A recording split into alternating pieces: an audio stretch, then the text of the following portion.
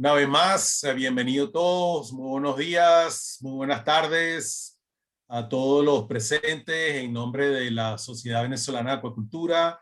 Un placer tenerlos aquí con nosotros. En esta oportunidad vamos a presentar un seminario sobre la patología bacteriana en el cultivo de camarones y el papel de los probióticos en la inhibición del quorum sensi bacteriano. Ya Raúl pues tendrá tiempo de explicarnos un poco sobre el papel de los probióticos, cada día más usados, sobre el quorum sensing, un mecanismo muy particular que regula genes y otras funciones pues a nivel celular. Está con nosotros Raúl Ramírez, biólogo experimental, graduado de la Universidad de Oriente.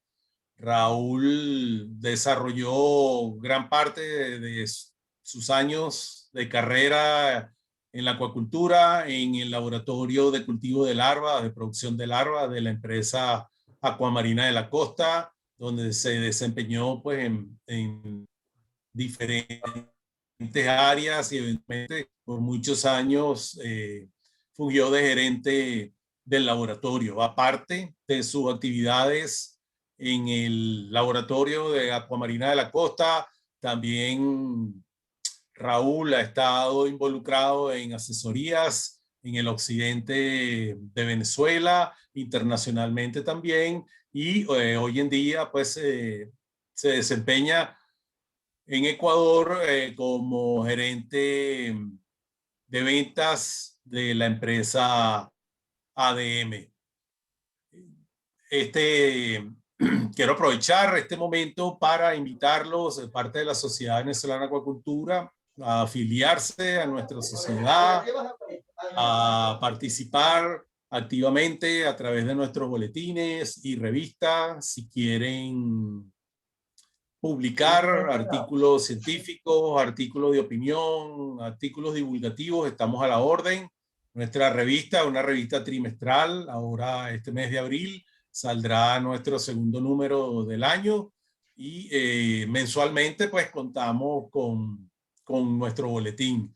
Así que están todos invitados a participar a través de su afiliación, a través de los boletines, a través de la revista. Bienvenidos todos. Además está decirle que esta serie de webinars, este segundo ciclo, está patrocinado por empresas de gran calibre como son Prilapsa y Megasupply, empresas líderes en el área de la acuacultura, que nos han brindado un gran apoyo, que han confiado en nosotros y colaboran en el día a día pues con la Sociedad Venezolana de Acuacultura y con el área o con la industria acuícola en general. Bueno, creo que sin más preámbulos vamos a darle el pase entonces a Raúl para que dé inicio a su presentación. Bienvenido, Raúl. Muchísimas gracias. Gracias, Alex. Un placer de nuevo estar con ustedes.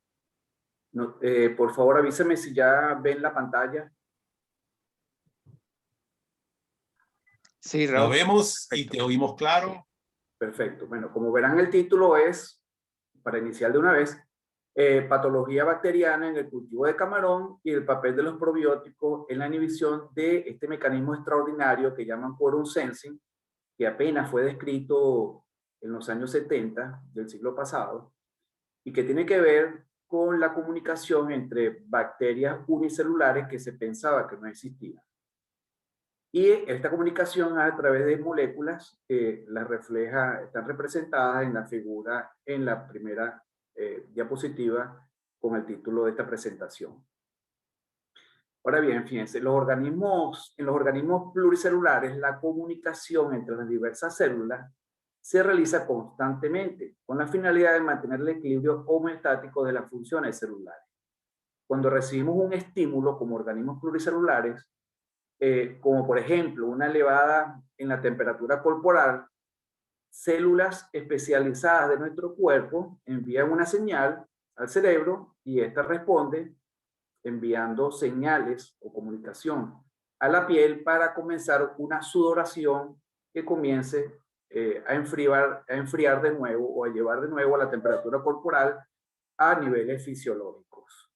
Esta comunicación es constante entre los múltiples células y órganos en los organismos pluricelulares, y cuando este equilibrio, cualquiera, por pequeño que sea, se rompe, se pone en peligro o en riesgo tanto la salud como la vida de nosotros como organismos pluricelulares.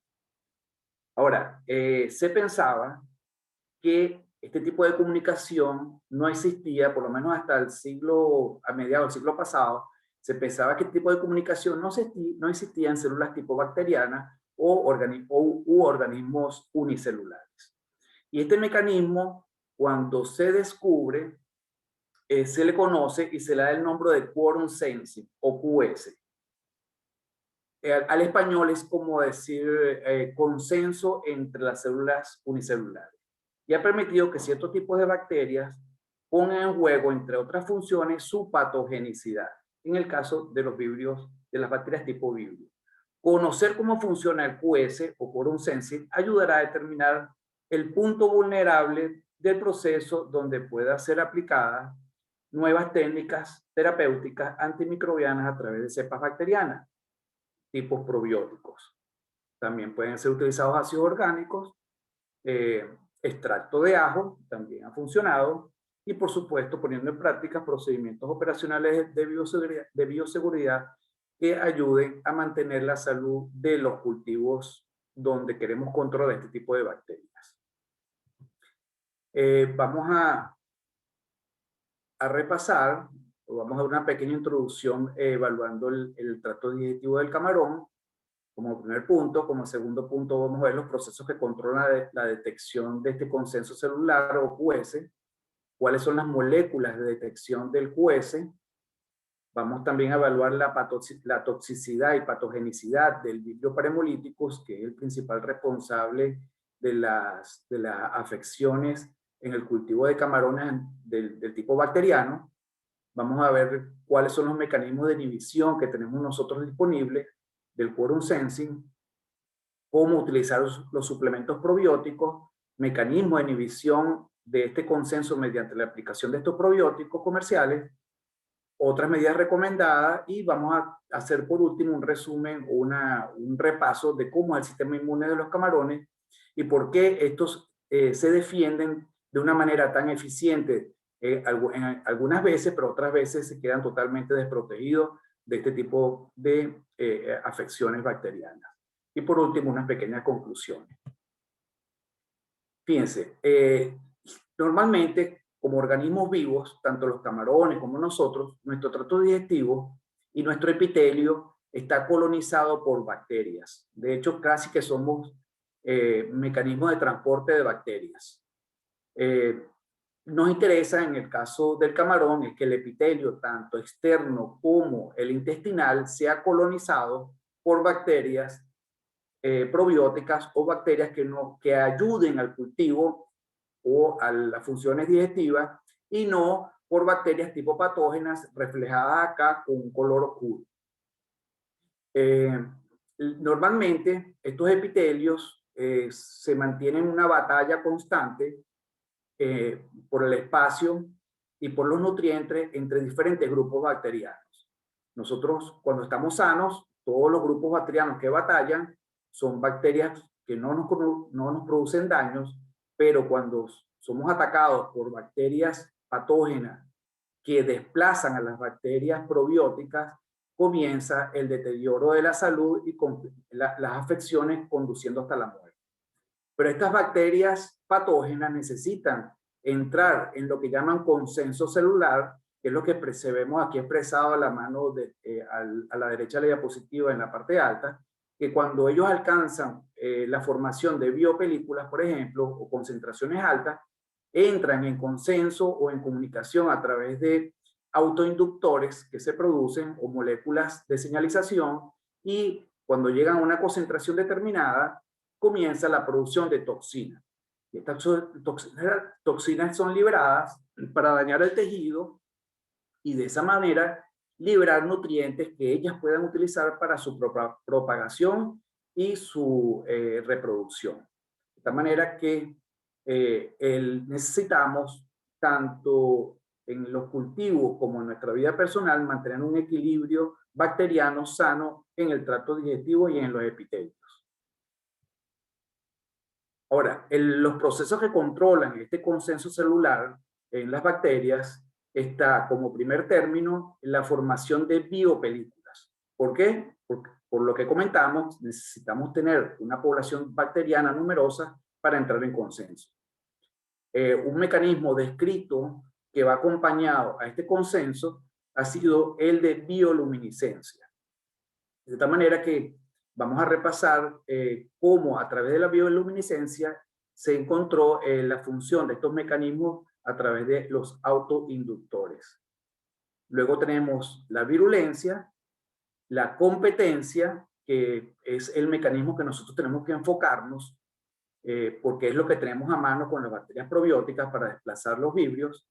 Y por último, vamos también a repasar, o en este punto, vamos a repasar también el mecanismo de esporulación de las bacterias probióticas y células tipo levaduras, que no son bacterias, son organismos eucariotes, pero que sí utilizan el mecanismo de esporulación para su protección en caso de que las condiciones del ambiente sean adversas. La formación de biopelículas tiene varios mecanismos, varios procesos, varios pasos a seguir. Primero tenemos que contar con la disponibilidad de un sustrato donde la bacteria pueda adherirse. Una vez que consiga el sustrato, se inicia el proceso de colonización de las bacterias, de diferentes tipos de bacterias. Siempre vamos a tener múltiples números de bacterias. Siempre, por supuesto, vamos a desear que las bacterias que colonicen sean buenas, pero sabemos que estamos siempre en riesgo, sobre todo el camarón, de contagiarse y de que los sustratos sean poblados por bacterias patógenas. Luego tenemos la absorción de nutrientes, siempre que estén disponibles. Cuando tenemos esos nutrientes, o cuando las bacterias tienen esos nutrientes, empieza entonces la liberación primaria de células al medio, porque comienzan a dividirse, empieza la comunicación celular o liberación de exopolímeros, que sería el punto 5. Luego viene el consumo, mayor consumo de nutrientes y de oxígeno por parte de bacterias formadoras de biopelículas. Aquí las bacterias que van quedando abajo se van viendo limitadas de esos nutrientes y de esas biopelículas, y de eso, perdón, de ese oxígeno. Luego viene un incremento en la formación de la biopelícula. Aquí ya las densidades de bacterianas comienzan a ponerse peligrosas en caso de las patógenas. Luego viene la secreción de polisacáridos. Y por último, cuando se agotan los nutrientes en la parte inferior de la biopelícula, las bacterias empiezan a morir y se empieza a liberar nuevas colonias al medio ambiente debido a que estas no pueden cumplir su función como sustrato. Esto también sucede en las bacterias tipo Bacillus que pueden producir esporas. Este requisito es indispensable para la formación de esporas, porque es cuando ellas no consiguen los nutrientes adecuados para seguir de forma vegetativa que entran en este mecanismo de protección. Entonces, fíjense, estas biopelículas, los que hemos trabajado en la agricultura, en maduración, en la misma microalgas, pero más que todo en maduración y la agricultura, cuando tocamos la pared de los tanques en el agua, siempre notamos una babosidad. Esa babosidad es precisamente, son bacterias normalmente heterotróficas que colonizan las paredes del tanque. ¿Por qué? Porque contamos con sustrato y con alimentos. Esas mismas biopelículas se forman en el intestino y son las responsables, entre muchas funciones, en la mejora digestiva, de las funciones digestivas de los organismos. Estas bacterias también consumen la materia orgánica en el tanque de cultivo y, y también transforman los metabolitos tóxicos en subproductos no tóxicos para el cultivo. De tal manera que las biopelículas siempre están presentes, y una manera de nosotros verificar su presencia es haciendo este toque en la superficie del tanque.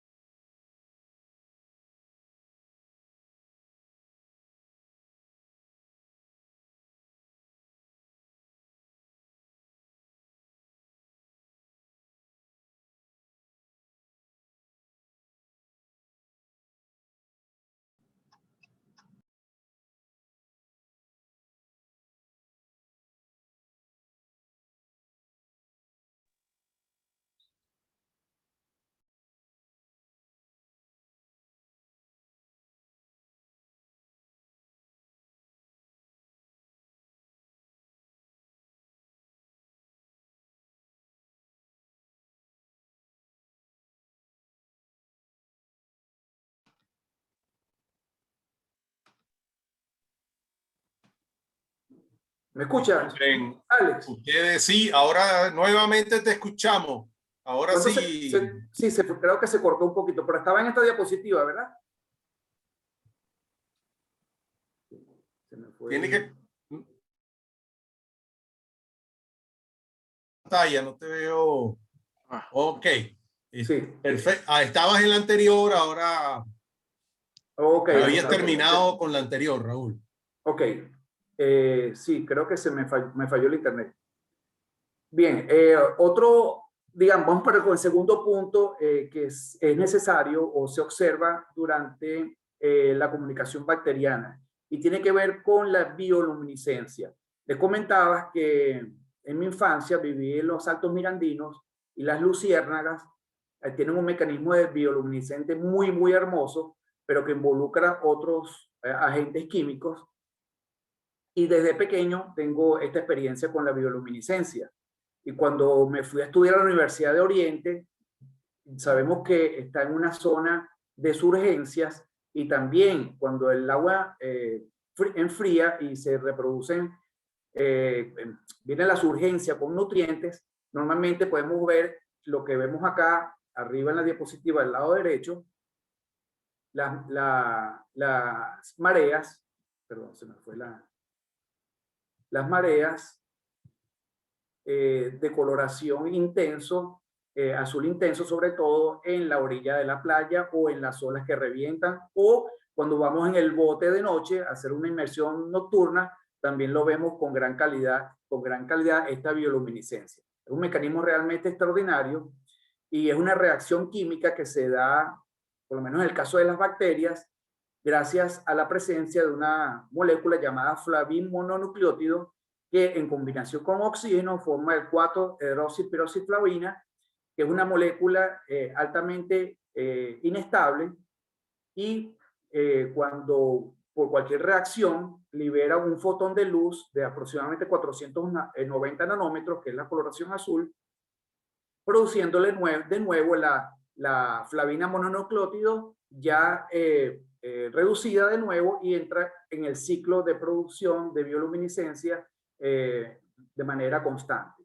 Y es lo que vemos que ocurre en poblaciones bacterianas tipo vibrio cuando se alcanzan concentraciones mayor de 10 a la 4, de 1 por 10 a la 4 hacia adelante.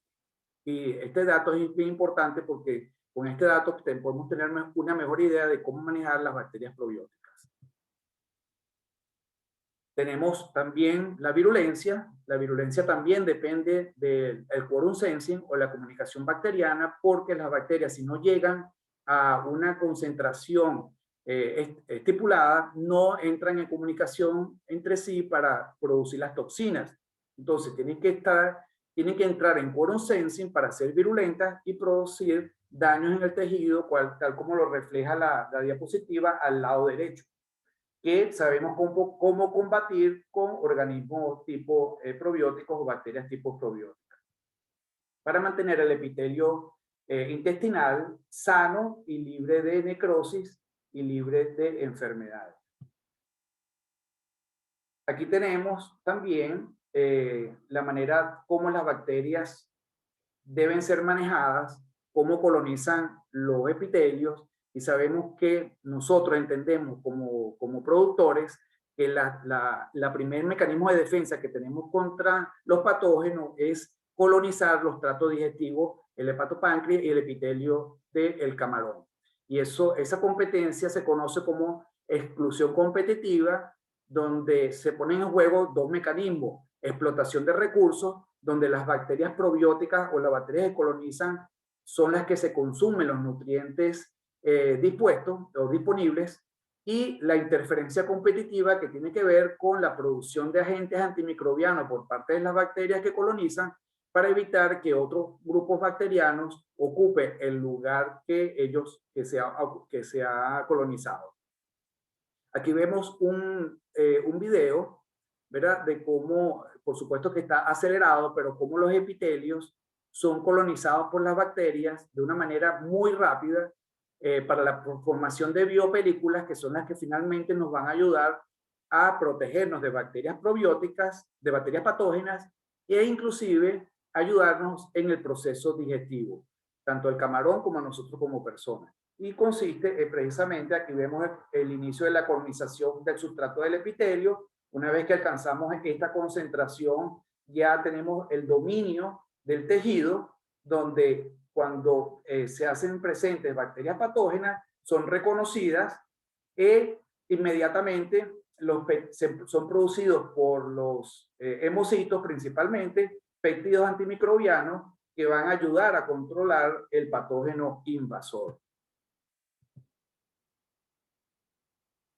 El quinto mecanismo que vemos en el control de quorum sensing es la esporulación en bacterias probióticas.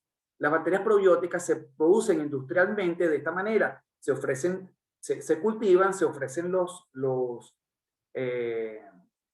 carbohidratos que ella utiliza, llaman oligosacáridos funcionales, y una vez que consumen esos oligosacáridos funcionales y empieza a reducir la disponibilidad de nutrientes, empieza el proceso de esporulación, un proceso de formación de esporas que lo vemos acá en la primera bacteria, en el lado inferior, un proceso de defensa realmente extraordinario que conocemos poco aún sobre este mecanismo.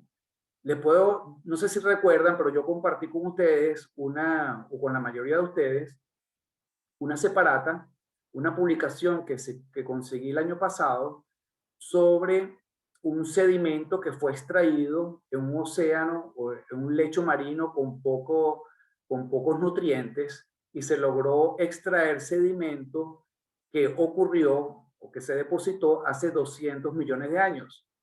Y resulta que cuando estudiaron este sedimento consiguieron unas esporas de tipo Bacillus, de bacterias tipo Bacillus, que al colocarlas en un medio de cultivo volvieron a la fase germinal o vegetal, se regresaron prácticamente a la vida. Entonces, fíjense, esta es una experiencia realmente extraordinaria desde el punto de vista científico, porque seguramente si consiguiéramos lechos o sedimentos más antiguos, a lo mejor tendríamos la misma sorpresa. Fíjense que la capacidad que tienen las bacterias de mantenerse con vida mediante estos mecanismos. Son importantes para nosotros porque los probióticos se producen de esta manera y son llevados a bolsas o fundas, como llamamos aquí en Ecuador a los envases, donde la mayoría, gran parte de esas bacterias, por lo menos las de tipo Bacillus o las que forman esporas, inclusive ya no bacterias, sino levaduras como la Saccharomyces, también son procesadas en forma de esporas en estos productos probióticos comerciales. Fíjense, aquí tenemos una buena imagen de cómo se multiplican las bacterias de manera exponencial. Como cada una se va dividiendo en dos, cuando la población aumenta, llega un punto en que la producción masiva de bacterias, es lo que conocemos como curva exponencial, domina completamente el epitelio. Cuando ellas alcanzan esta concentración, llegando a formar las biopelículas, comienza el consenso celular, ya sea tanto entre bacterias buenas, beneficiosas, tipo probióticas para liberación masiva de enzimas digestivas, o ya sea para el consenso celular de bacterias patógenas, donde se liberen masivamente las toxinas que afectan el tejido.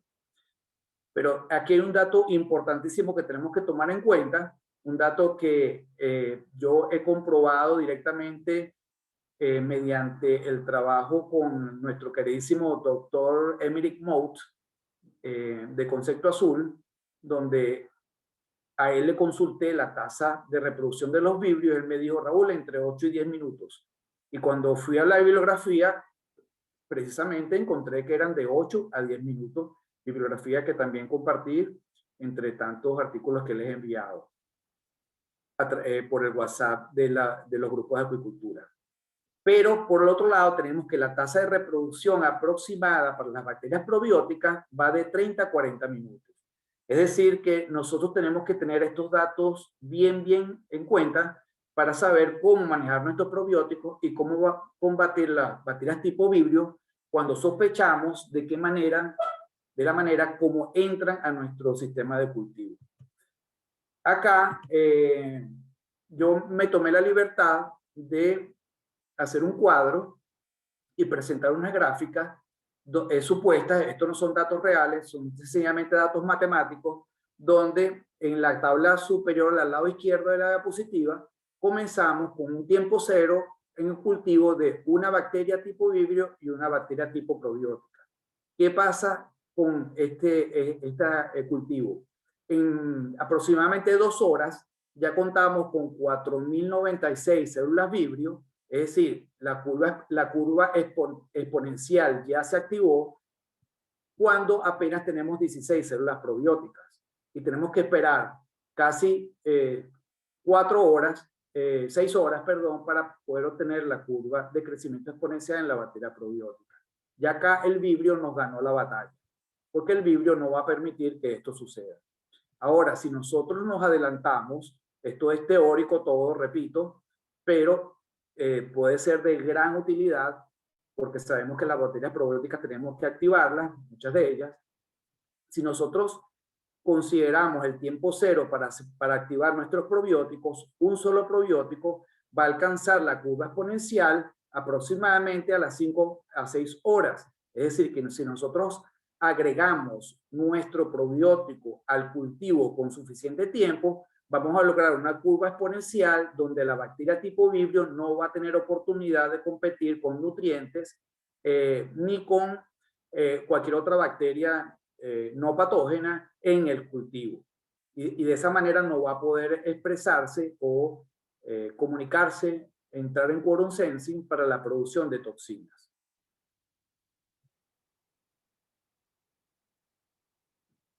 Ahora vamos a hablar un poco del origen de los estudios de la comunicación bacteriana en el quorum sensing, que fue descrito por Nielsen y colaboradores en el año 70 del siglo pasado en bacterias Vibrio fischeri, que luego fueron renombradas y se le dio el nombre de Alivibrio fischeri, ya que estos alivibrios solo producían la bioluminiscencia, pero no producían las toxinas.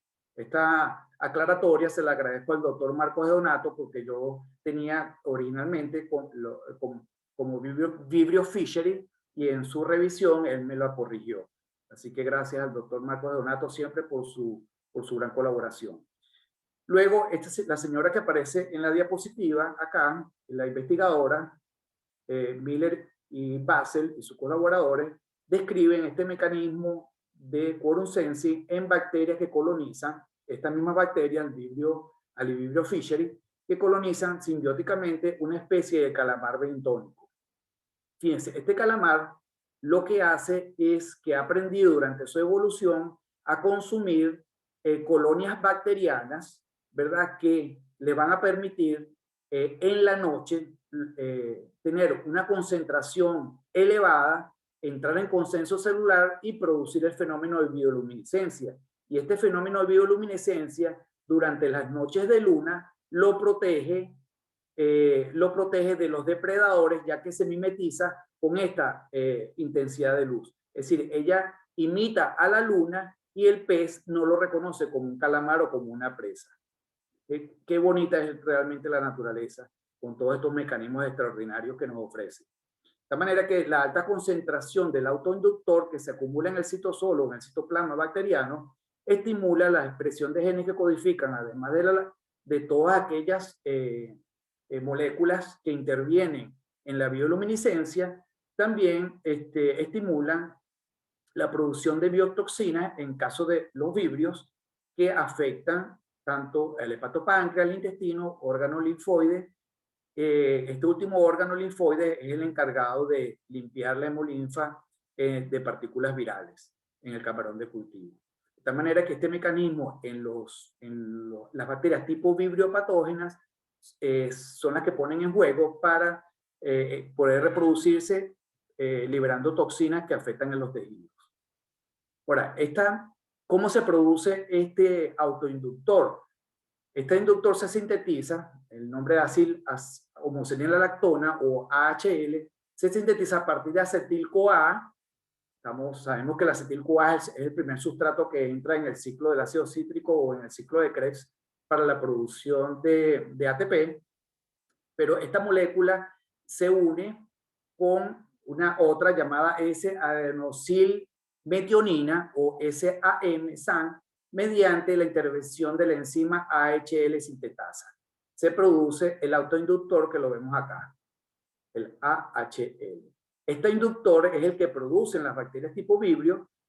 Hay múltiples autoinductores que producen otro tipo de bacterias, pero los Vibrios producen este tipo de autoinductor que liberan al medio, y cuando las células se multiplican masivamente, el autoinductor se devuelve, por eso que se llama autoinductor, se devuelve, se conjuga con algunas proteínas y llega a acoplarse al ADN bacteriano para activar la síntesis de todos aquellos mensajeros que van a originar o a culminar con la producción de luz y con la producción de toxinas.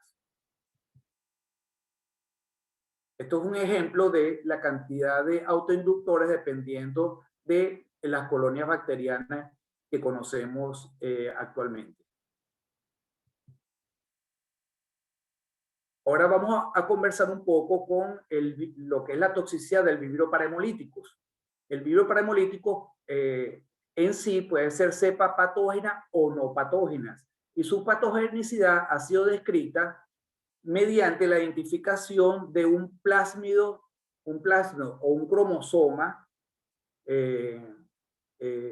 redondo que llamamos circular, llevan el nombre de plásmido, un tercer cromosoma que es el responsable de la síntesis o el que acarrea o la carga genética que lleva incluye los genes responsables de la patogenicidad, y estos genes se conocen como PIR-A y PIR-B, y se han descrito, se ha secuenciado este plásmido antimicrobiano, se le ha dado el nombre, en este caso, de plásmido Vibrio parahemolítico 1, que cuenta con 70.452 pares de base, y aquí se identifica la secuencia génica de las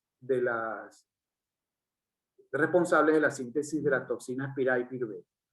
Fíjense, acá lo vemos con mayor detalle, acá a la derecha.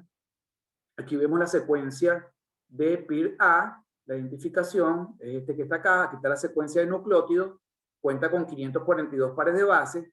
Les coloqué acá una referencia, su unidad beta de la hemoglobina cuenta con 438 pares de base, aproximadamente 146 aminoácidos. ¿Ok? Si queremos saber el número de aminoácidos, tenemos que dividir los pares de base entre 3, porque sabemos que el código genético se lee en tripletes. Sí, en el caso bacteriano sí lo podemos dividir entre 3 porque no existen aquellos segmentos llamados intrones, que sí existen en las bacterias eucarióticas y que hacen que el gen sea mucho más numeroso en pares de base con respecto a las proteínas que producen. De este lado, del lado derecho, tenemos ahora el PIR-B, el gen, o el otro gen responsable de la otra toxina o de la otra molécula que participa en la toxicidad del Vibrio parahemolítico, y este es mucho más grande. Este cuenta con 1539 pares de base. Para que sepan que hay mucha bibliografía al respecto y que lo pueden conseguir ustedes en la página web. Acá vemos cómo son las toxinas. La toxina B es de mayor tamaño, corre de manera más lenta en la corrida electroforética porque pesa aproximadamente 37 kilodalton, entre 50 y 37 kilodalton. No, perdón, creo que 50 kilodalton, sí. Mientras que la toxina A, más pequeña, corre más rápido por el gel, y se ha calculado su tamaño de 15 kilodalton. Y aquí tenemos a la derecha, en la parte inferior de la diapositiva, más o menos cómo es la estructura tridimensional de la toxina A y cómo es la estructura tridimensional de la toxina B. En la bibliografía encontramos que la estructura tridimensional de la A se asemeja a el terminal de reconocimiento de las inmunoglobulinas. Es decir, es una proteína de reconocimiento. Mientras que en el PIR-B, aparte de esa proteína de reconocimiento, ese plegamiento, tenemos una estructura que es similar a la formación de poros de otras bacterias. Es decir, que esta toxina se cree o se ha probado que perfora la membrana celular y de esa manera la vacía, liberando los nutrientes para que las bacterias tipo patógenos se sigan multiplicando. Y recientemente, este año, conseguí este último artículo, en realidad lo conseguí hace 2 semanas, donde unos investigadores publicaron que la toxina no solamente tiene la capacidad de formar poros, sino que tiene la capacidad de penetrar las células y llegar al núcleo del hospedero, de las células hospederas, y desfosforilar lo que llaman las proteínas que están encargadas de la organización del ADN en el núcleo. De tal manera que al desfosforilar, el ADN queda liberado, no se organiza, y la célula, cuando reconoce, la célula del hospedero, cuando reconoce esa desorganización, entra en un proceso de apoptosis, es decir, de suicidio. De tal manera que de esta manera la toxina también hace que la célula muera y que sus nutrientes sean liberados para ellos consumirlas. Esos trabajos los he compartido con ustedes. También tenemos la sorpresa de que existe una cepa de vibrios parahemolíticos que se le da el nombre de BPJS 2020-04-28004-2, ¿verdad? Que está asociada con la patogenicidad de lo que conocemos como larva translúcida o poslarva translúcida o TPD. Así como se le conoce en la bibliografía. TPD, por las siglas en inglés, Disease, Translucent Post-Larva Disease, en camarones peneidos. Ahora, esta cepa se reconoce a través del análisis por PCR y por supuesto técnicas moleculares del gen con el nombre IDH. ¿Cómo se encuentra, cómo se identificó esta bacteria patógena o esta cepa de bacteria?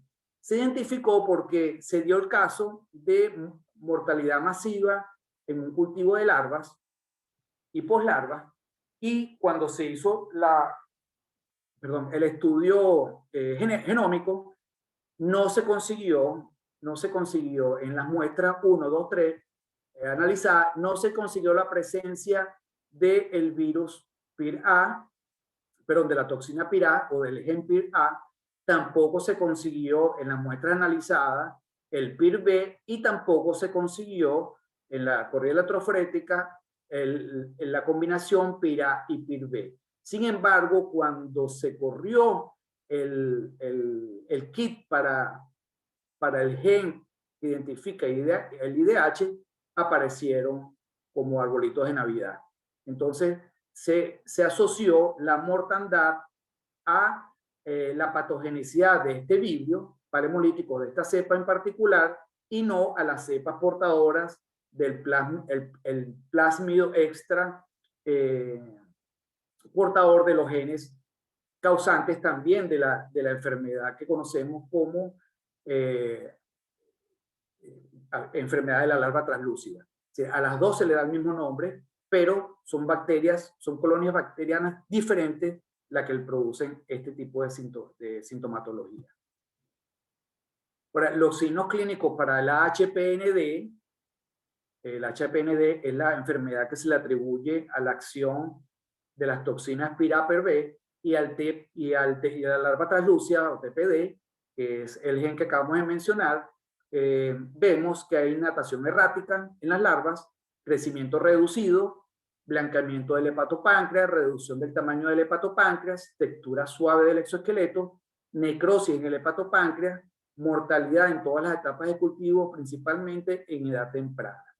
Se ha visto que la TPD se da un poco más temprana que el NHPND.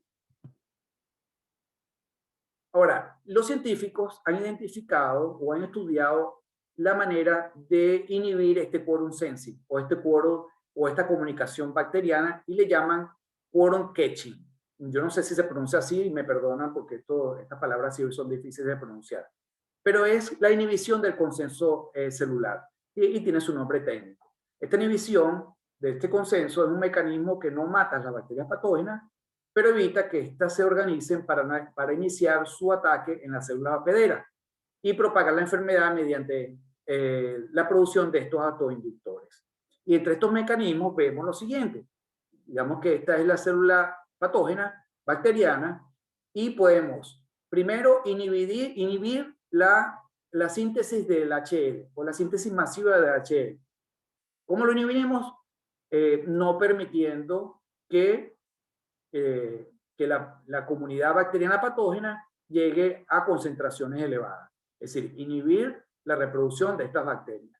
Tenemos también la hidrólisis del AHL. Puede ser a través de lactonasas que rompen el anillo lactona o a través de amilasas que rompen la cola del autoinductor. Y esto tiene que ver con la aplicación de ácidos orgánicos también en el cultivo, también tiene que ver con las lactonasas y acilasas que producen bacterias tipo probióticas que también van a controlar las bacterias de esta manera y posiblemente también con la adición de ajo, liberando el aminoácido que conocemos como alicina. Pero en realidad hay que seguir estudiando estos mecanismos inhibitorios. También tenemos en tercer término la interferencia del AHL con los receptores, o con los receptores que van a recibir en el citosol al autoinductor y lo van a transportar hacia el ADN. Esto quizás también con los ácidos orgánicos pudieran estar inhibiendo este mecanismo.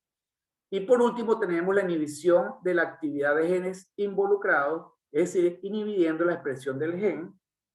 Seguramente los científicos y los expertos en el área evaluarán e identificarán mecanismos que evitan la expresión del gen, inclusive teniendo altos niveles de autoinductores en el cultivo, de concentración del autoinductor. Nosotros comercialmente tenemos suplementos probióticos que tenemos que saber manejar bien, porque nosotros el papel de los probióticos principal es un papel profiláctico, ¿ok? Preventivo, curativo a medias, pero el curativo siempre, generalmente, es tarde. No tenemos la capacidad de reaccionar muchas veces cuando las bacterias patógenas logran las concentraciones donde afectan los cultivos. Y por eso nosotros tenemos que siempre trabajar de manera preventiva. Y para trabajar bien de esta manera preventiva tenemos que conocer bien nuestros productos. Por ejemplo, es importante que todos nosotros sepamos cuál es la concentración de bacterias probióticas que tenemos en nuestro producto. Por ejemplo, en el primer producto acá, el Pisilpil, fíjense la concentración es de 5 por 10 a la 9 unidades formadoras de colonia. Es decir, que de este producto, si quiero inhibir el crecimiento bacteriano o competir, no tengo que agregar tanto como de un producto que cuente, como en el tercer producto, que cuente con, o por lo menos activar menos cantidad de un producto que cuenta con 1 por 10 a la 9. Entonces, es importante que sepamos cuál es la concentración de nuestros probióticos para hacer los cálculos requeridos para aplicar en nuestros cultivos. Aquí tenemos un ejemplo que estamos recomendando. Algunos lo pueden hacer, otros no, pero fíjense, tenemos unidades formadoras de colonias de probióticos y cómo aplicarlos. Aquí tenemos, por ejemplo, el caso de un probiótico de 1 por 10 a la 9 y un probiótico de 4 por 10 a la 9. En un probiótico en donde la bolsa o la funda trae esta concentración, con 3 ppm logramos 1,2 por 10 a la 4. ¿Ok?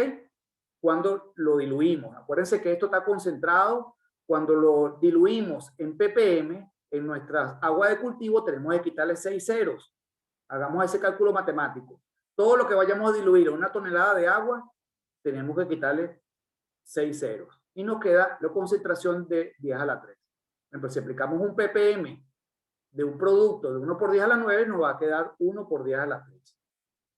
Y así con los productos probióticos. De tal manera que mientras mayor sea la concentración de probiótico, con menor cantidad de ppm, vamos a alcanzar mayor concentración. Es importante que mantengamos, estos probióticos todos están desarrollados para que a la mínima concentración logremos 10 a la 3, porque a las 10 a la 3, y si se siguen multiplicando dentro del medio de cultivo, vamos a controlar, vamos a tener mejor control y reducción de la proliferación de bacterias patógenas tipo vibrio. Pero fíjense, nosotros además de eso, además de manejar bien nuestros probióticos para mantener, yo diría, recomendaría mínimo 10 a la 4, 1 por 10 a la 4, podemos también tomar otras medidas beneficiosas con poca cantidad de probióticos que no nos va a alterar el presupuesto. Y es preparar probióticos a concentraciones de 1 por 10 a la 5. Fíjense este ejemplo acá que tenemos. Si nosotros producimos, digamos, 10 kilos de artemia o de biomasa de artemia, normalmente acá se decapsula la artemia y se cosecha, y de cada libra de artemia se obtiene aproximadamente 1,5 kilos. Y en promedio, digamos que vamos a decapsular 4 o 5 libras, por decir algo de cantidad, vamos a generar unos 10 kilos que vamos a pasar en fundas o en bolsas, y esa funda luego la vamos a ya sea congelar o llevar directamente a los tanques de la agricultura, siguiendo las instrucciones del técnico a cargo. Fíjense, si nosotros tomamos ese ejemplo, no solamente para la artemia, sino para los náuplios que vamos a recibir y vamos a sembrar en nuestra agricultura, o en el agua de transporte de las PLs que vamos a entregar a nuestro cliente, nosotros tenemos aquí que 10 fundas, 100 fundas y 10 tanques. Digamos que la de artemia es de 1 litro, la de nauplio es de 15 litros y de la de transporte de PL es de 1000 litros, vamos a llevar a concentración de 25 ppm. Para la artemia solamente vamos a necesitar 0,25 gramos para llegar a esta concentración. Para los nauplios vamos a utilizar solamente 37,5 gramos diluidos en 10 litros de agua. Y para el transporte de larvas vamos a necesitar solamente 250 gramos para ser diluidas y activadas en 10 litros de agua. Este es el volumen de dilución o de activación que luego de acá vamos a lograr tomar una alícuota de 100 mililitros y vamos a agregar a cada funda. De tal manera que vamos a inocular o a impregnar de bacterias probióticas tanto nuestra artemia, tanto nuestros nauplios durante el transporte, tanto nuestras larvas, de tal manera que las larvas lleguen impregnadas de bacterias probióticas y no vayan a llevar la sorpresa de llevar bacterias tipo vibrio a los clientes. Igualmente vamos no solamente a proteger la artemia de bacterias tipo vibrio, sino que vamos a utilizarlas como un mecanismo de transporte para llevar estas bacterias probióticas al intestino cuando la artemia es consumida. De esta manera que podemos buscar alternativas como esta. Este es un ejemplo que quise compartir con ustedes, pero podemos buscar otros ejemplos que nos permitan utilizar los probióticos de manera más eficiente para combatir las bacterias tipo vibrio. Aquí no lo comento, pero también la microalga es otro vector que transporta múltiples bacterias heterotróficas beneficiosas, pero también puede transportar vibrios patógenos. Y no está de más evaluar el presupuesto que contamos de bacterias para también aplicarlas en los cultivos de microalgas. Fíjense, acá tenemos, vamos ahora un poquito con sedimento de piscina y agua. Aquí tenemos una publicación donde encontramos cuál es el promedio de bacterias, unidades formadoras de colonia de bacterias tipo vibrio,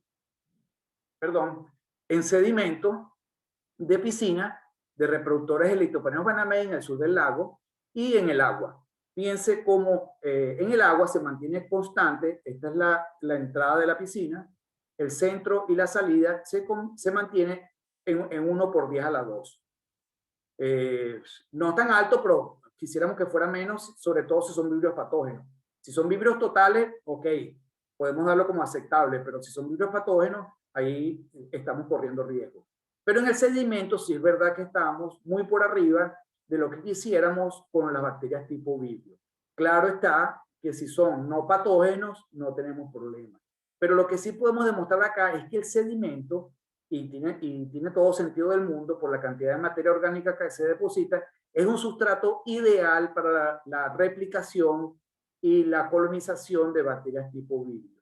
Por eso, siempre los compañeros que se encargan de la distribución y la comercialización de los probióticos a nivel de granjas llevan la información técnica para que los productores evalúen su sedimento, evalúen cuál es su carga orgánica, evalúen cuál es su carga bacteriana y luego tomen decisiones sobre la aplicación de los probióticos. Porque los probióticos, sin duda alguna, son la mejor herramienta que tenemos contra las bacterias patógenas. Acuérdense que ya los antibióticos quedaron en el pasado. Así que lo que nos queda a nosotros como herramientas son las bacterias probióticas, los ácidos orgánicos, los compuestos de ajo, es decir, lo que conseguimos en el mercado libre de antibióticos. Ahora, en la parte inferior de la diapositiva también les compartí hace una semana un trabajo que tiene que ver con la histopatología y bacteriología en Peneus banamei que fueron infectados experimentalmente con dos cepas diferentes de vibrio parahemolíticos, pero las dos cepas responsables de la enfermedad que conocemos como HPND. Fíjense, acá al lado izquierdo tenemos el crecimiento, cómo fue el crecimiento bacteriano de estas cepas, que se nombró como, se le dio el nombre de MO o M0904 y se encontró a una densidad de 1,23 por 10 a la 5. Fíjense, a esta densidad, a 10 a la 5, la mortandad empezó desde el día 1 y a los 48 días ya teníamos menos de un 25% de sobrevivencia en los camarones cultivados. Con la presencia de estas bacterias patógenas a esta concentración. Del lado derecho tenemos otra cepa que se denominó M0607, también responsable de la muerte temprana en camarones, y a la misma, un poquito más concentrada, pero igual, a 10 a la 5, pareciera que hubo como una meseta donde el vibrio, no fue patógeno. Acá ya entró en niveles de patogenicidad y comienza la mortandad, e igual en menos de 48 días la sobrevivencia de la piscina fue menor al 25%. Entonces, quise mostrarle esta gráfica y este trabajo porque no solo a 10 a la 5 las bacterias entran en quórum y son patógenas, sino que localmente, con estudios realizados por el doctor Emerick Mout, él ha reconocido que a concentraciones de 10 a la 4 ya las bacterias entran en consenso celular y producen la patogenicidad. Es decir, que tenemos que manejar nuestras bacterias probióticas de tal manera que logren concentraciones que inhiban el crecimiento bacteriano de estas cepas patógenas a no más de 10 a la 3, 1 por 10 a la 3 unidades formadoras de colonia. Ahora, los probióticos, aparte de lo que conversamos sobre la importancia de colonizar los epitelios, conseguimos en los probióticos comerciales bacterias tipo Bacillus, como Bacillus subtilis, Bacillus licheniformis, Bacillus coagulans, que producen péptidos antimicrobiánicos o antibióticos polipeptídicos, producen bactericinas, lipopéptidos, antifúngicos y antivirales. Y también producen lactonasas, que son las encargadas, como la N-axonil-homoserina, de quebrar el anillo lactona de la AHL, es decir, del autoinductor. También tenemos conocimientos, esto me lo facilitó el doctor Marcos de Donato recientemente, donde estudios transcriptómicos ya a un nivel muy de alta tecnología, se evaluaron que en dietas enriquecidas con Bacillus subtilis, se sobreexpresaron 10 genes o sobreregularon 10 genes que están que intervienen positivamente en el sistema inmune del camarón. Y entre ellos, entre estos genes sobreregulados, tenemos la lectina 2, la GPX, SOD, PEN2B, ISP, TOL2, todos estos son mecanismos que intervienen en el sistema inmune del camarón. Y por otro lado, en Bacillus licheniformis también fue sometido, pero esto fue ya agregado en el agua, fueron sometidos los camarones a un estrés por amonio y se encontró que se sobreexpresaron los genes en los camarones relacionados también a la defensa del organismo. Es decir, que ya se están haciendo análisis transcriptómicos de cómo las bacterias tipo probióticos estimulan el sistema inmune de los camarones ya con la expresión de los genes. También tenemos, por otro lado, entre las colonias de las bacterias probióticas, tenemos las bacterias tipo Bacillus, como Bacillus acidófilos, donde son ricos en glicoproteínas adheribles al epitelio y formadores de película. También producen ácido láctico, producen ácido acético y producen peróxido de hidrógeno. Yo he conseguido bibliografía donde las bacterias probióticas, la que tiene mayor afinidad con el epitelio y que produce más adhesina, es los lactobacillus. Y encontré un video en Instagram donde explican brevemente cómo existen estas moléculas, ya sea en el epitelio y en las bacterias tipo bacilos, que son afines, es decir, se reconocen uno con otros y forman estas adhesinas que permiten que las bacterias probióticas se peguen con mayor fuerza y con mayor afinidad a los epitelios intestinales. Y por último, también encontramos como parte de las bacterias probióticas, ya no son bacterias, sino como componentes probióticos, por supuesto, la infaltable Saccharomyces cerevisiae, que es la levadura rica en beta-glucanos. Sabemos que no solamente son ricas en beta-glucanos que estimulan el sistema inmune de los camarones, sino que también son un alimento extraordinario, rico en proteínas para los camarones, para el intestino. Y como este tipo de células se da muy bien en pH bajos, entonces, o ácidos, digamos así, se reproducen con mucha facilidad en el epitelio intestinal debido a los ácidos gástricos y, por supuesto, nutren al tejido epitelial al reproducirse. Es decir, un alimento adicional. Ahora, tenemos aquí algunas recomendaciones que he encontrado en la bibliografía, donde las bacterias tipo Vibrio, por ejemplo, por ser halofíticas, bajar la salinidad en los cultivos ayudaría a disminuir la reproducción de este tipo de bacterias. ¿Okay? Es decir, hay técnicas de bajar la salinidad para que los vibrios se vea inhibido su multiplicación. Pero ahora, bueno, ahora no, ya hace un tiempito también compartieron conmigo, uno de ellos fue, por supuesto, el doctor Emery Mout, también el doctor Marcos Donato, donde en un trabajo reciente y en un video que acabo de compartir, se ha reportado una estructura sin recubrimiento cuticular que se llama órgano antenal, que cumple una función excretora a bajas salinidades, sobre todo cuando aumenta la frecuencia en el proceso de regulación osmótica, exponiendo a esta estructura, por no contar con quitina, a la colonización principalmente de patógenos tipo vibrio, pero también de patógenos tipo bacterianos. Así que tenemos que tener mucho cuidado y si vamos a nosotros bajar la salinidad, digamos, de las larvas, que esta salinidad la bajemos con un agua que esté baja en, si es posible, en mínimo carga vibrial, y por supuesto libre de virus, pero sobre todo baja en carga de bacterias tipo vibrio.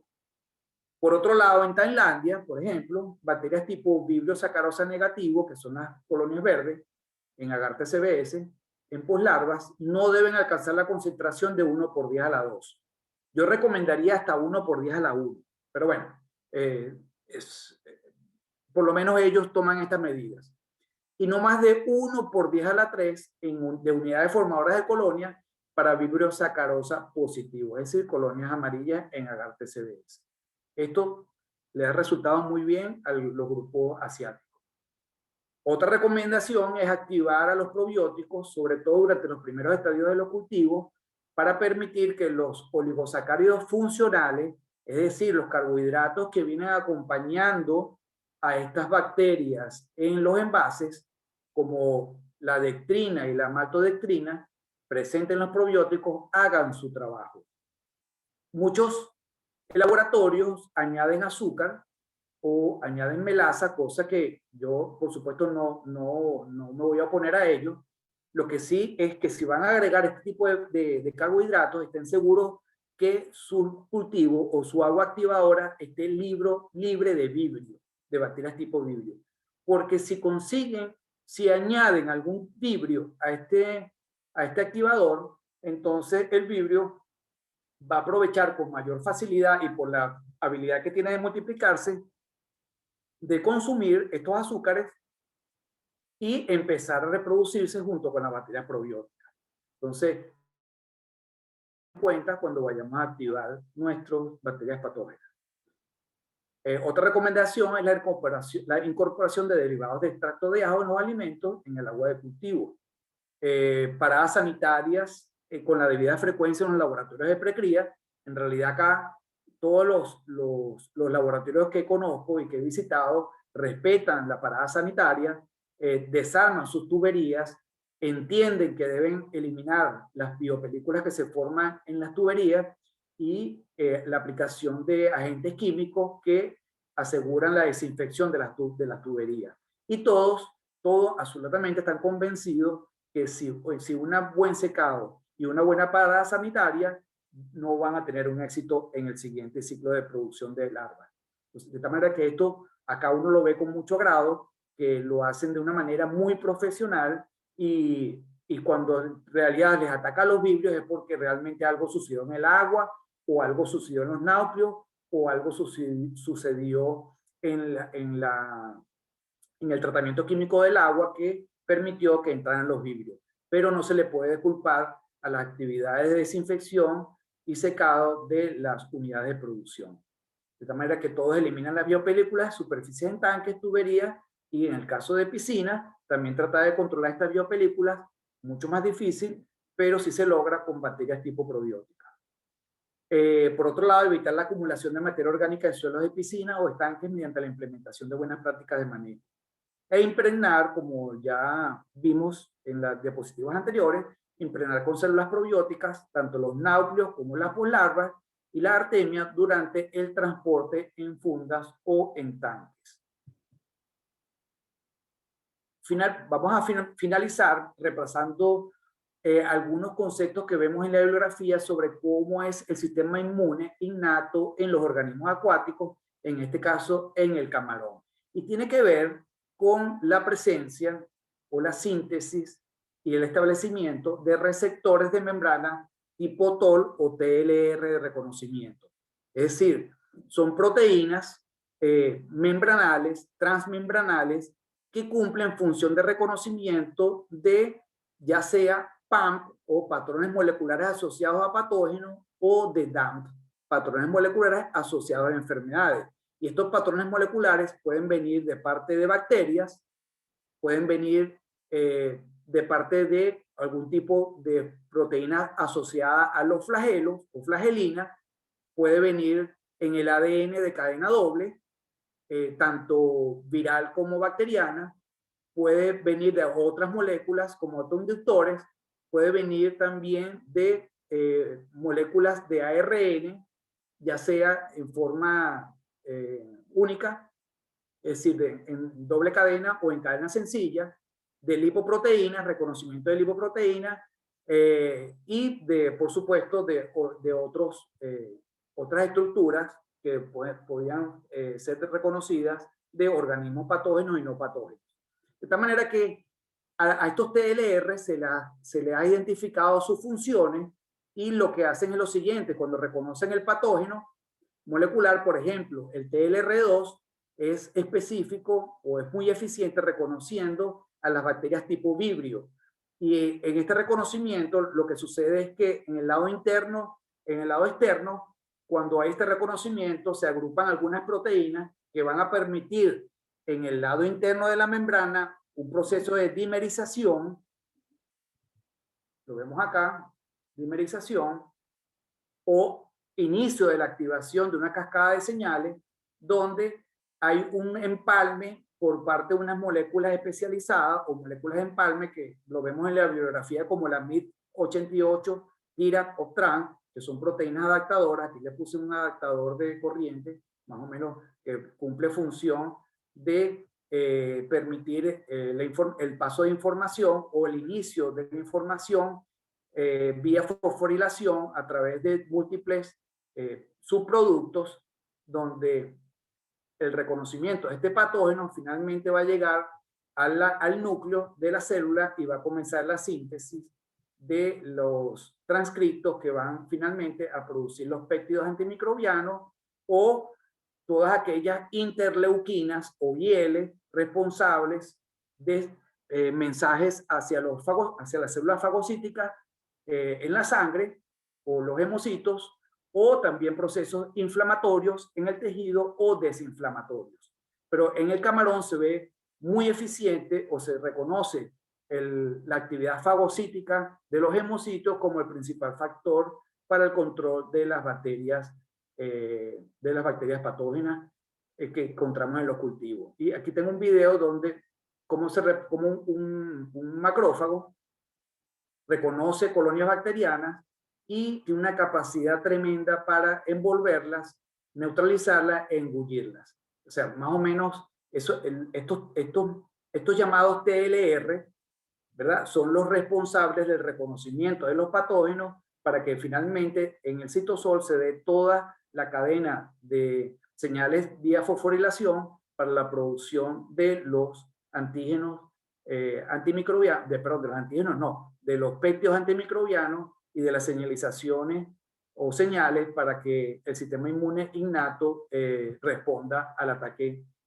patogénico. Aquí lo vemos, una representación más completa de cuáles son los mecanismos. Por supuesto que no tenemos que detallar nada de esto. Al principio, la primera vez que lo estudié me asusté, pero después que lo vas leyendo ya lo ves como algo más comprensible, más sencillo. Y por último, les puedo decir que también compartí una publicación con ustedes sumamente interesante, donde los científicos, genetistas en este caso, lograron silenciar el gen responsable de la producción de los TLR2 y resultó que cuando silenciaron el gen, es decir, no había TLR2 en la membrana, las bacterias patógenas tipo Vibrio afectaron con mayor velocidad el cultivo de camarones sujetos al silenciamiento de este gen. Ahora bien, cuando sometieron estas mismas camarones donde los genes fueron silenciados, resultó que se hicieron mayor resistentes al ataque del virus de la mancha blanca, responsable o el white spot. Es decir, llegaron a la conclusión de que el virus de la mancha blanca tiene la capacidad de secuestrar el TLR2 para acelerar o facilitar la infección de la célula. Es decir, que los TLR2 no solamente son de reconocimiento, sino también que pueden ser sujetos a el ataque tipo viral para cumplir la función patógena. Para terminar, unas pequeñas conclusiones. los probióticos, sin lugar a dudas, como son los mejores, es el mecanismo inhibidor del quorum sensing o del consenso bacteriano, constituye una excelente estrategia antimicrobiana, profiláctica y terapéutica en menor grado, diferente al uso y aplicación de antibióticos. Las moléculas inhibidoras del quorum sensing producidas por bacterias probióticas no inducen resistencia a las bacterias patógenas como lo hacen los antibióticos.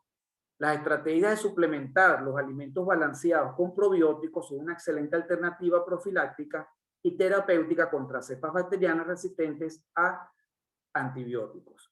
Dada la repercusión clínica de infecciones recurrentes en el cultivo de camarones, es necesario seguir investigando e identificando bacterias probióticas con amplia gama de funciones bacterianas, antibacterianas, nutritivas, digestivas, para ponerlas a la disposición del acuicultor. Y les digo que yo aquí, de verdad, con gran satisfacción, veo cómo el equipo ADM Epicor acá en la península trabaja activamente en el reconocimiento de bacterias que son inhibidoras del quorum sensing, inhibidoras del crecimiento de bacterias patógenas, y cómo estas bacterias son aisladas y luego codificadas e enviadas para sus estudios transcriptómicos o genómicos para su identificación, estudio y evaluación para la incorporación a los probióticos comerciales.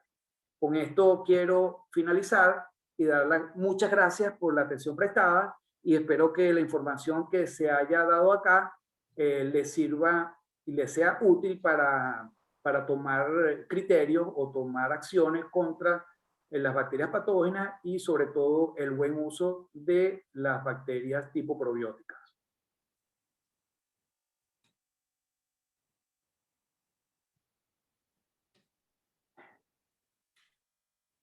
Muy agradecido, Raúl. En verdad que estupenda la presentación. Tú siempre con material de suma importancia y de mucha relevancia en la industria acuícola. Como tú mismo dijiste, son muchas gráficas y son muchos dibujitos, pero a la final tienes un don también, que tienes una capacidad muy grande de explicarlo de una manera muy fácil y hacernos comprender más o menos, pues digo más o menos nosotros, como comprender todos los mecanismos, cómo actúan estas bacterias, cómo actúan estos probióticos, y bueno, nos eleva esa inquietud para seguir leyendo y seguir aprendiendo de todo esto. Muchísimas gracias, en verdad. Aprovechamos, pues, hay varias preguntas. Seguro que seguro que van a llevar preguntas. Por ejemplo, Bueno, ya veo la cara sonriente del amigo Mario Aguirre, ya sé que va a venir con preguntas. bueno, Mario, en realidad el primer comentario que puso fue clase de cátedra. En realidad, pues Mario también maneja un poco ese tema. Mario, claro que sí, Mario es Y un pues gran aportador. entonces, para Mario a lo mejor es mucho más fácil que para otros.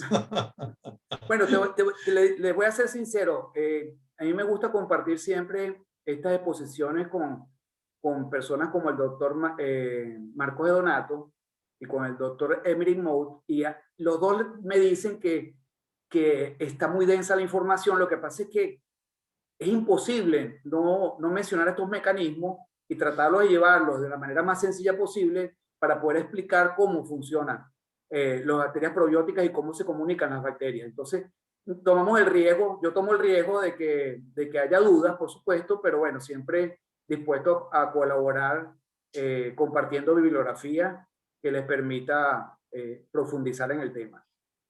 O sea, que precisamente crea la inquietud, pues independientemente que nos puedas ayudar aquí a responder varias preguntas, pues siempre permanece esa inquietud y las ganas de, bueno, de seguir leyendo. Un tema sumamente interesante y sumamente importante por lo que tú has mencionado. Importantísimo, importantísimo. Es clave Y para la producción. correcto, lo estás viviendo, sobre todo ahora que estás Así en es. Ecuador. Así es. Bueno, vamos a comenzar, si no te importa entonces, con la Claro, pregunta. vamos a ver, vamos a intentar.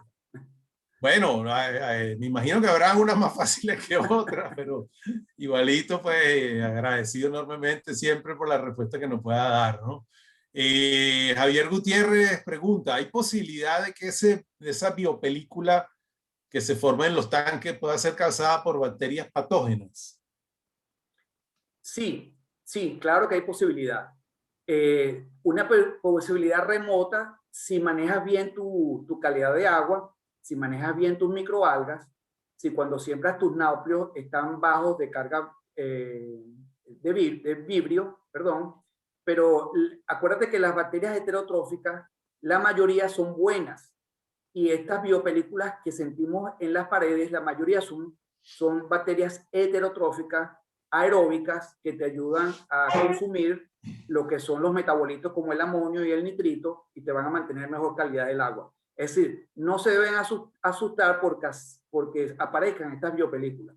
Todo lo contrario, si manejas bien sus probióticos, estas biopelículas también van a estar formadas por células probióticas y van a evitar el ataque de los víbridos. Así que no es de alarmar, pero sí es bueno que cada vez que se termine un ciclo de cultivo, eliminarla por completo, porque se va a morir y va a ser alimento para otras bacterias. Es mejor eliminarla por completo y dejar que se reproduzcan nuevamente, siempre aconsejando aplicar los probióticos a tiempo para que sean ellas las que empiecen a colonizar esta superficie. Perfecto. Tenemos una pregunta de Marta Edith Borbor. Aunque se trata de una proteína binaria, ¿cuál es más relevante de las dos? ¿La PIR-A o PIR-B? En tu punto de vista. Sí, según lo que he leído, hasta donde he leído, la PIR-B es más agresiva. Es decir, las cepas que cargan o portan el plásmido con solo el PIR-B son más patógenas que las que portan el PIR-A únicamente. Y cuando vemos la explicación que ya dan los científicos con la secuenciación y la forma estructural de la molécula, de la proteína, vemos no solamente que tiene un extremo que forma poros, y estos poros los producen otras bacterias, pero lo que nos interesa es el vibrio parahemolítico, forma este poro, pero ahora resulta que no solamente forma el poro, sino que es capaz de llegar al núcleo de la célula y desorganizar el ADN nuclear.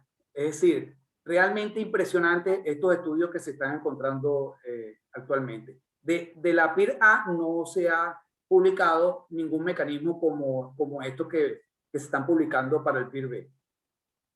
Por lo menos no lo he conseguido hasta ahora. Perfecto. Déjame que aquí tengo un pequeño detalle con la computadora que no me ayuda. Arnaldo Figueredo, nuestro gran amigo Arnaldo Figueredo, pregunta, cuando ocurre el QS por vibrio parahemolítico, ¿es obligatoria la manifestación de las dos toxinas referidas?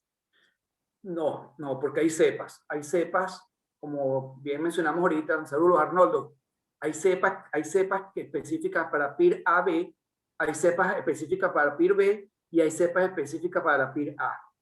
De hecho, una gráfica que mostré donde salen las electroforesis, evalúan esas tres cepas.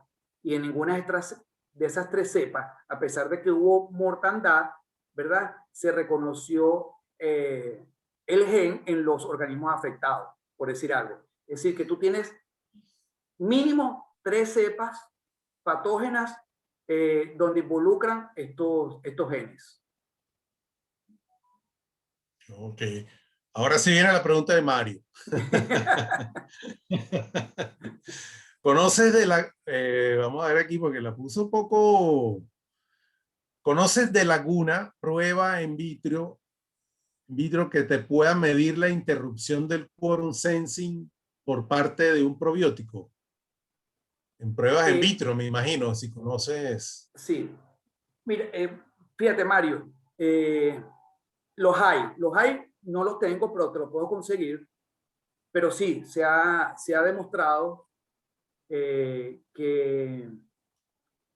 el probiótico, si logra inhibir la bacteria patógena de tal manera que no alcance 1 por 10 a la 4, la bacteria patógena no entra en quórum, por lo menos hasta lo que conocemos hasta ahora, ¿no? Es posible que estas bacterias tienen tanta capacidad de organización que a lo mejor no nos sorprendería conseguir que una concentración de 1/10⁻³ logre el autoinductor activar estas cadenas de eventos que terminan produciendo las toxinas.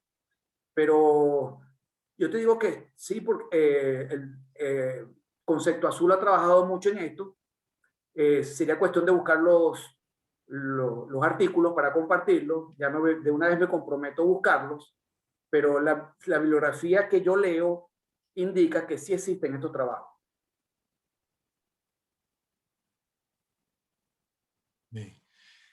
Luis Miguel Delgado. Después, por favor, le das el micrófono a Mario, porque yo sé que Mario nos va a enriquecer esta pregunta. Claro, con gusto. O no sé si se lo puedo dar. La idea es que interactuemos. Si se lo das de una vez. Mario, quisieras Mario. opinar al respecto, Mario. Buenos días, ¿cómo están? Buenas tardes. Primero, muchas gracias, Raúl, por tremenda cátedra, muy formativa, he aprendido un montón. Segundo, tu charla despeja, o sea, limpia muchos mitos que hay en la aplicación de probióticos, sobre todo cuando lo explicas en la forma de dosificarlos en los tanques larvales. Y también algo que llama la atención cuando uno está de este lado comercializando probióticos, los clientes lo primero que dicen, oye, muéstrame una prueba que tu probiótico suspende o interrumpe el quorum sensing.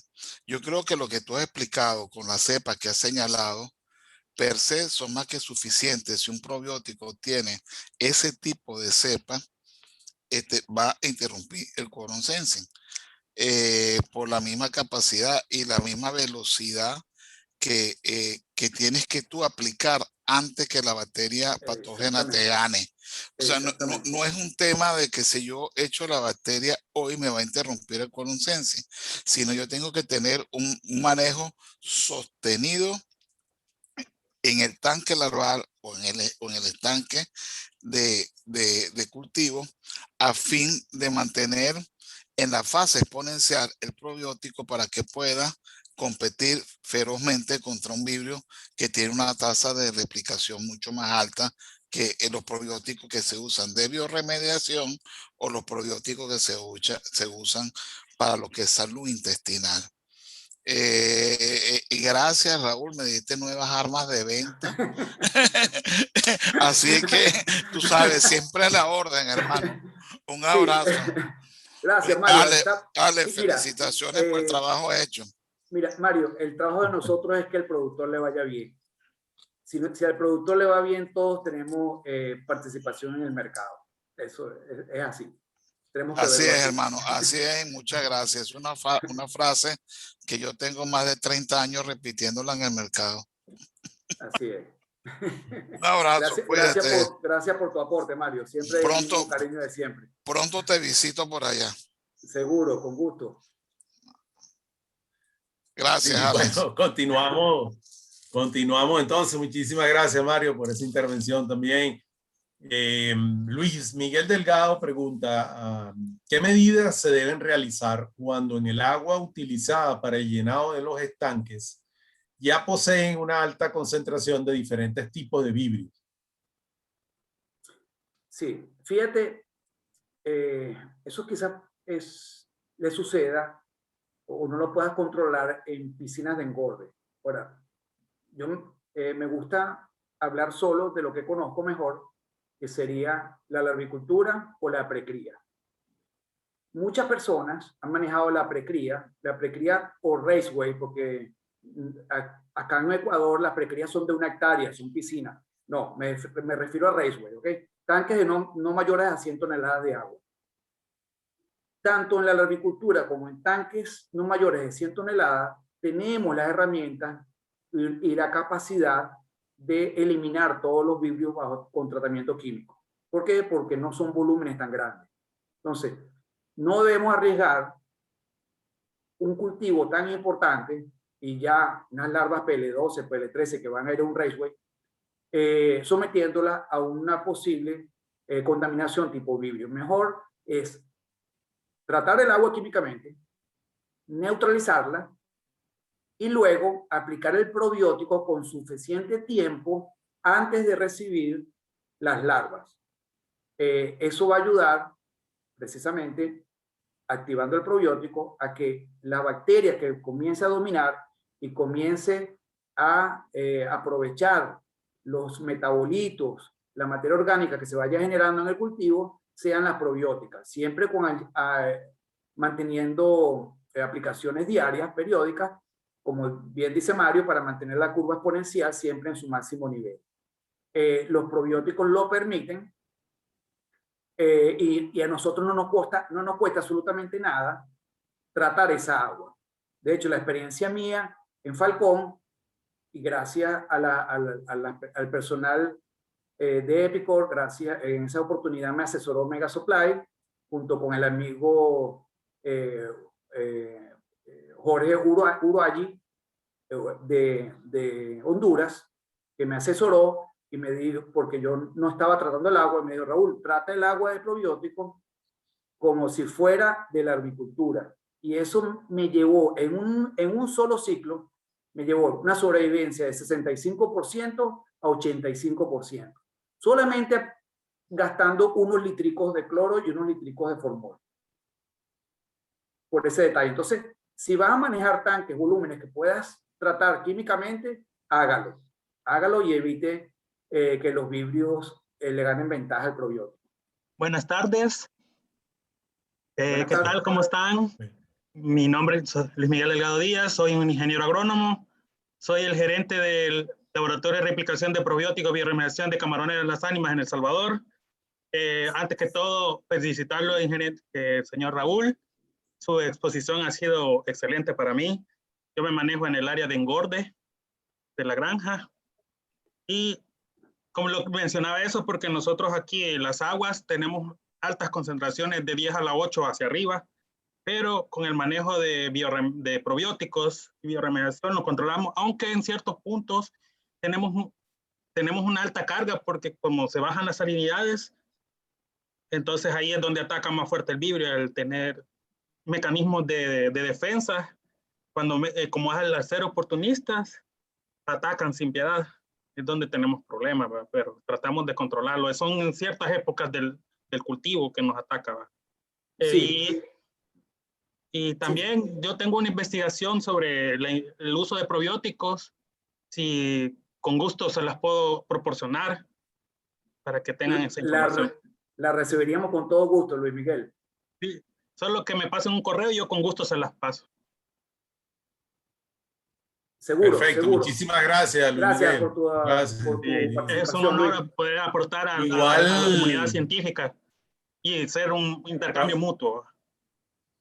Gracias, Luis Miguel. Igual, Raúl, preguntan por aquí también si pueden obtener algunas de las referencias que utilizaste. De todas maneras, para todos nuestros oyentes, la charla nosotros la colocamos en nuestra página de YouTube. Estará disponible también para posteriores revisiones. Sí, Rocío Castro nos pregunta. Disculpa, Alex, yo no sé si esta persona que intervino está en el grupo WhatsApp de acuicultores, porque si no han borrado los chats, las van a conseguir. Todas las referencias que yo he utilizado, las he compartido con ustedes. Sí. Todas. Igual bueno, las tengo grabadas. Hay otra persona preguntando. No sé. Ok, sí, dígame. Perfecto. Rocío Castro pregunta: Raúl, ¿cómo decidir qué probiótico o probióticos usar? Mira, Rocío, todos los probióticos comerciales están diseñados para cumplir la función de inhibición de las bacterias patógenas, el consumo de metabolitos en el agua e incremento o facilitar la digestión de los camarones. Lo que va a variar es la concentración, porque la mayoría utilizan las mismas cepas bacterianas. Y la concentración, entonces, te va a indicar el manejo. Es decir, si tienes un probiótico de de una concentración baja, vas a tener que agregar mayores ppm. Pero si tienes un probiótico de concentración alta, vas a tener que agregar menos. Por supuesto que vas a conseguir en el mercado las concentraciones más altas, muchas veces son un poquito más costosas, pero siempre creo que son la mejor opción. Pero va a depender del manejo y lo que consigas en el mercado, por supuesto.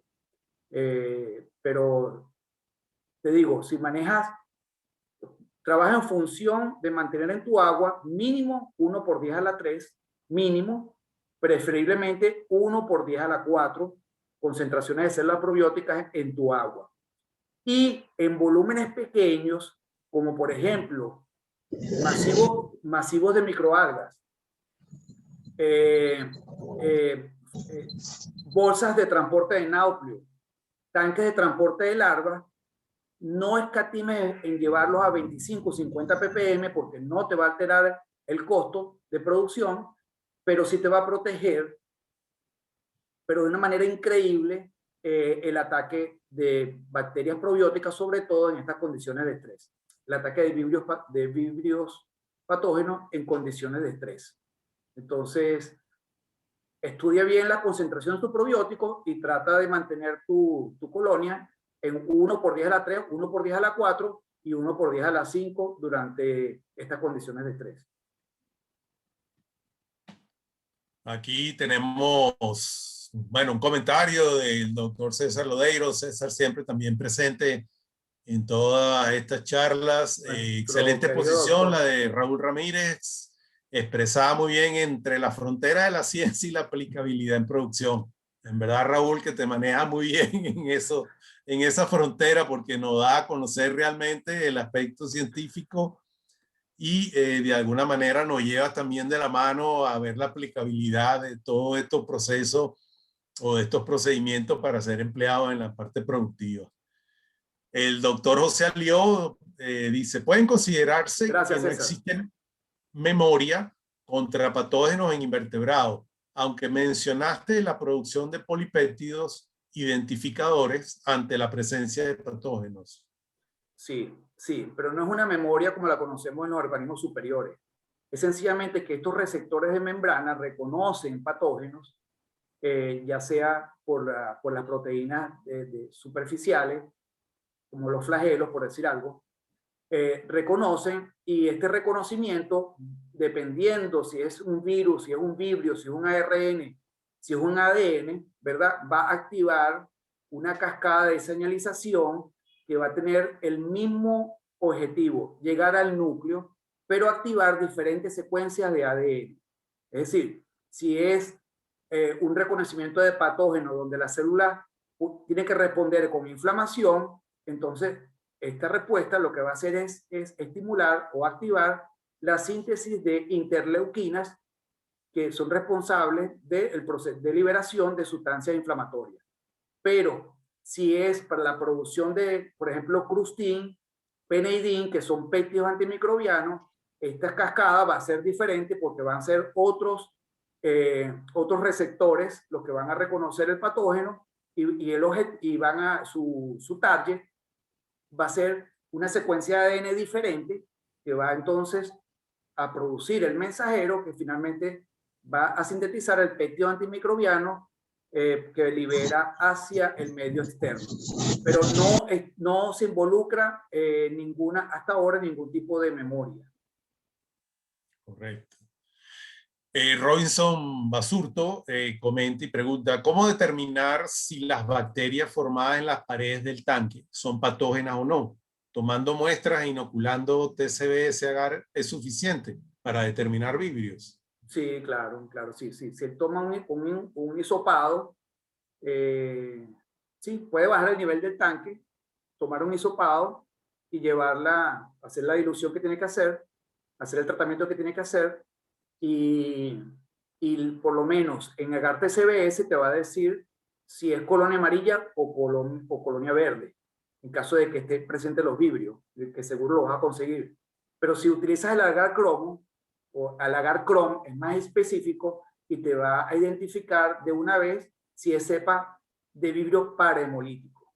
Ahora, si quieres ir más lejos, tienes que, una vez que tienes la colonia de vibrio parahemolítico identificada en el agar Cron por la coloración, tienes que volverla a pasar por dilución, colocarla en medio de cultivo, sembrarla en placas y luego enviarla ya a laboratorios que te puedan identificar si la cepa, si en esa colonia está presente la cepa responsable de producir PIRA y PIRB o la cepa responsable de la enfermedad de la larva translúcida. Pero eso ya es otro paso de laboratorio.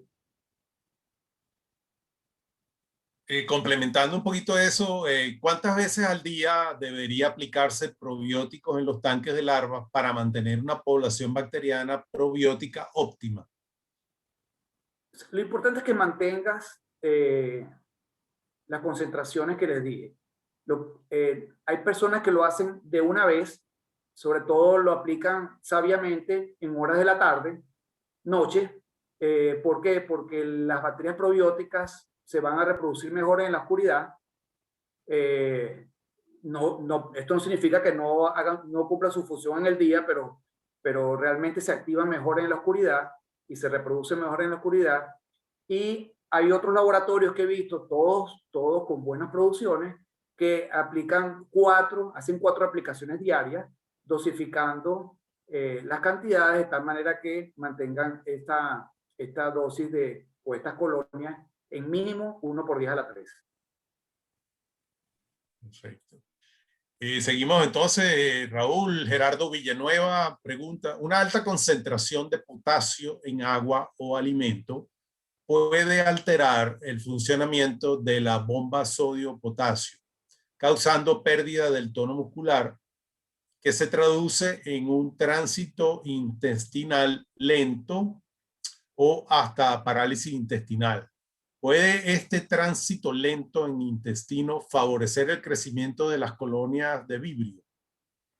Mire, este es un factor estresante que está sufriendo el camarón y es muy interesante que él haya hecho este comentario porque también hemos compartido referencias donde yo todavía no entiendo el por qué, pero la aplicación de potasio está relacionada con una mejor sobrevivencia en camarones que son sometidos a baja salinidad. Es decir, el potasio parece que cumple una función. Sabemos que participa en el transporte y la señalización a nivel de membranas, pero ¿por qué hay que agregar potasio o se recomienda agregar potasio cuando se baja la salinidad? No sé realmente cuál es la causa principal, pero funciona y en realidad hace falta. Y de hecho acá la gente ha aprendido eso y cuando baja la salinidad aplica potasio en el agua. Ahora, si no hay el potasio en esta agua que cumple esta función, lo más seguro es que el organismo, tal como le explica él, se estrese. Y cuando el organismo está estresado, por supuesto, es más susceptible a las infecciones de las bacterias y los vibrios tipo patógenos. Hola, sí, eso. ¿Qué tratamientos? Creo que Luis, no sé, Luis abrió el micrófono, pero se le abrió. Sí, disculpa Luis, que tenemos todavía varias preguntas aquí. ¿Qué tratamientos son los más efectivos para eliminar las biopelículas de la superficie de los tanques? En caso, me imagino, pues, que sean perjudiciales. Sí. Las biopelículas se te van a formar. Lo que tienes que hacer, inevitablemente, porque las bacterias heterotróficas van a surgir en el medio a medida que tú agregas alimentos. Lo que tienes que intentar es que esas biopelículas sean dominadas por bacterias probióticas. Y la manera de hacerlo es aplicando los probióticos como lo recomienda la clase comercial, activándolos a tiempo, ofreciéndolos antes de que entren las colonias vibriales o de tipo vibrio. Entran normalmente acompañante a un alga que puede ser que no esté muy buena, a un nauplio que no haya sido bien desinfectado, pero seguro van a entrar siempre con la posibilidad de que haya patógenos. Ojalá que no, pero siempre existe la posibilidad. Pero estas biopelículas las vas a eliminar solo al final del ciclo cuando lavas tus tanques. Pero es imposible. De hecho, uno estimula la formación de biopelículas para que se consuman los metabolitos y para que el ecosistema de cultivo esté más estable. Hay que ver las bacterias como aliadas al cultivo, ¿okay? Las únicas que no son aliadas son las patógenas, pero a través de las aliadas vamos a poder controlar las patógenas. Perfecto. Nuestro amigo Eugenio García pregunta, Raúl, ¿es siempre conveniente aplicar Bacteria subtilis, Bacillus subtilis, perdón, en consorcio con otros bacillus o lactobacillus? Te voy a decir que sí porque los probióticos vienen formulados de esa manera. Lo único que el Bacillus subtilus, por ejemplo, va a venir en forma de esporas, mientras que el lactobacillus, que no es formador de esporas, va a venir ya inactivado, pero de manera germinal. Igual pasa con la Saccharomyces, la levadura. Va a venir también en forma de esporas. Lo que pasa es que al agregarla al agua, los lactobacillus van a ser los primeros que se van a empezar a multiplicar, porque no tienen que pasar la fase de liberación de la espora o salir de la espora. Y los bacillus van a tomarse unas 2-3 horas para que puedan entrar en la fase germinal. Pero no hay ningún problema. De hecho, la combinación de ellos es lo que hace estos probióticos tan eficientes. Perfecto. José Faría pregunta, ¿conoce algún modelo matemático, según la literatura, que exprese cómo calcular la dosis correcta de probiótico en gramos con respecto a la concentración de unidades formadoras de colonia a nivel de piscina? No, la verdad no lo conozco, pero debe haberla porque hay mucha bibliografía al respecto. De todas maneras voy a anotar acá porque está interesante. Igual conozco a alguien que seguramente nos puede ayudar, que es el doctor Marcos Donato, que le encantan las matemáticas. Y si consigo algo, con gusto lo comparto con ustedes. Pero en realidad no tengo esa información. Modelos matemáticos. Jennifer Bouillon nos pregunta, ¿el probiótico puede reaccionar con algunos químicos que se apliquen y causar eventualmente mortalidad? Fíjate, es al contrario. Por ejemplo, si vas a aplicar, por ejemplo, ácido orgánico, te va a matar el probiótico. Entonces, no es recomendable utilizar ácidos orgánicos en agua. Primero porque para que los ácidos orgánicos sean eficientes, tienen que estar en concentraciones de PPT, mientras que los probióticos los manejamos en concentraciones de ppm. Es decir, que los ácidos orgánicos son buenos siempre que vayan directo al tracto intestinal, no al agua. Si lo agregas en el agua, es posible que el agua o estos ácidos orgánicos te afecten un poco la flora bacteriana. Y por supuesto, cualquier químico que agregues, ya sea cloro, ya sea formol, te va a afectar las células probióticas. Como organismo vivo que es, va a ser afectado por estos químicos. No sé si se refiere a químicos de esta envergadura o de esta calidad, o a interacciones como como los ácidos orgánicos. No sé si esto contesta su pregunta. Bueno, esa era particularmente la pregunta, no te especificado, Raúl. Sí.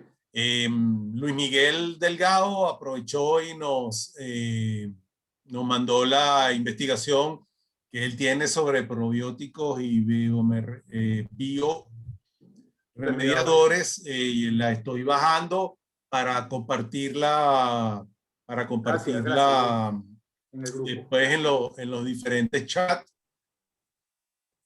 Okay. Y bueno, con eso damos por concluida la sesión de preguntas. Déjame decirles a todos que de alguna manera pues existen varios chats sobre acuicultura donde se tocan muy diversos temas. No son chats específicos de la Sociedad Venezolana de Acuacultura. Sin embargo, ahí compartimos muchos técnicos sobre diferentes aspectos de la acuacultura, llámese peces, llámese camarones, algas, quinodermos, usted nómbrelo, y por lo general vamos a tener a alguien que está relacionado a esa actividad. Cualquiera de ustedes que esté interesado puede contactarme directamente y de alguna manera pues los ingresamos o los hacemos partícipes en esos chats. De más está decirles también pues que bueno, sumamente agradecidos por su tiempo, sumamente agradecidos por participar en este extraordinario seminario de parte del señor Raúl Ramírez. Ha sido, yo creo que algo muy útil para muchos o para todos. Siempre un material extraordinario que nos trae Raúl y pues que nos deja sobre todo mucho que pensar y mucho más que investigar. Muchísimas gracias a Prilapsa, a Mega Supply, patrocinante de este ciclo de webinars. Muchísimas gracias a ellos, muchísimas gracias a todos nuestros expositores. La semana que viene contamos con el doctor David Kawahigashi, que nos va a hablar sobre cultivos superintensivos, sus experiencias en Vietnam. Quedan todos cordialmente invitados. Y una vez más, pues bueno, nuestras puertas están abiertas aquí en la Sociedad Venezolana de Acuacultura para que se afilien, para que participen con trabajos de investigación. Si quieren publicar, pues quedamos completamente a la orden. Raúl, muchísimas gracias nuevamente. Gracias, estamos siempre en contacto. Y sumamente agradecido contigo y de parte de la Sociedad Venezolana de Acuacultura, pues sumamente nuevamente agradecido pues hacia tu persona, con todo tu conocimiento que con gusto nos impartes, no solo en seminarios, sino a través de los chats. Muchísimas gracias, buenas tardes a todos, un placer, hasta la semana que viene, a todos aquellos que quieran participar. Gracias.